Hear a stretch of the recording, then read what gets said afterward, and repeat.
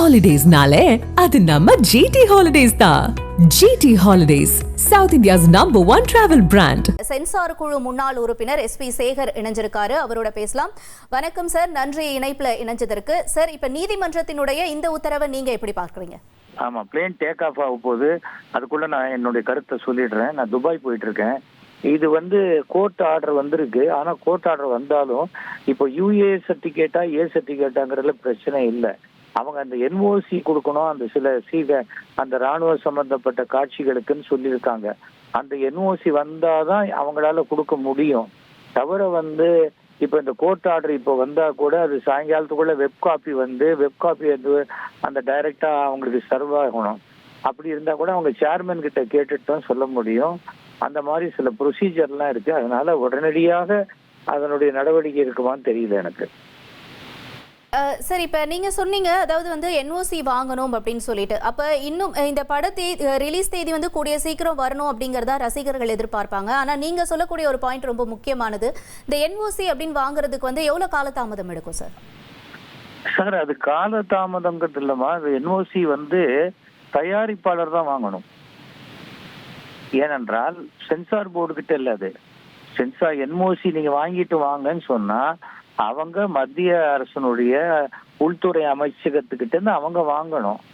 அதனால அவங்கள பொறுத்து தான் இருக்காது. அதை நம்ம சொல்ல முடியாது.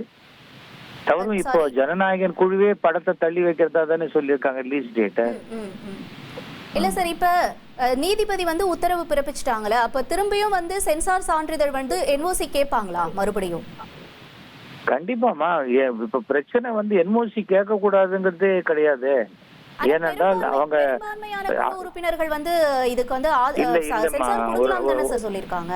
இல்லம்மா, அந்த பெரும்பான்மையான உறுப்பினர் படத்துக்கு சென்சார் கொடுக்கலாம்னு சொல்லியிருக்காங்க.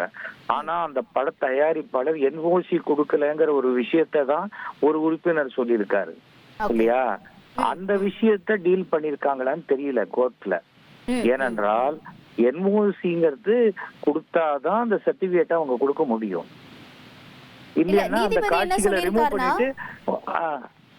மறு ஆய்வுக்கு அனுப்புறதே ஏற்கத்தக்கது அல்ல அப்படின்னு சொல்லிதானே நீதிபதி சொல்லியிருக்காங்க.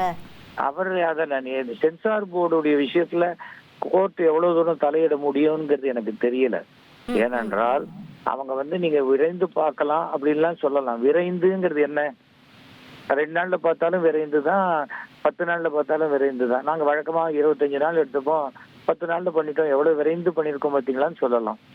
அது கரெக்டா ஒண்ணும் இன்னைக்கு சாயங்காலத்துக்குள்ள நாளைக்கு மத்தியானத்துக்குள்ளன்னு ஒண்ணும் கொடுக்கல தீர்ப்புல.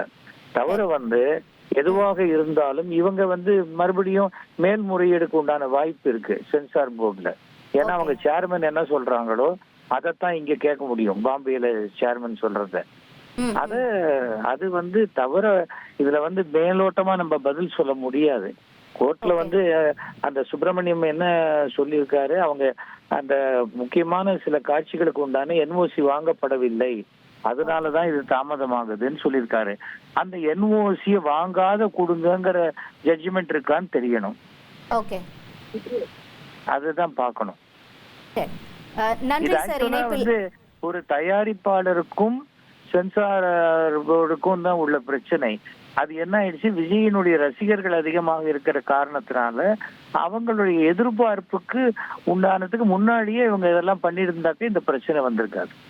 ஹாலிடேஸ்னாலே அது நம்ம ஜிடி ஹாலிடேஸ் தான். GT holidays, South India's #1 travel brand.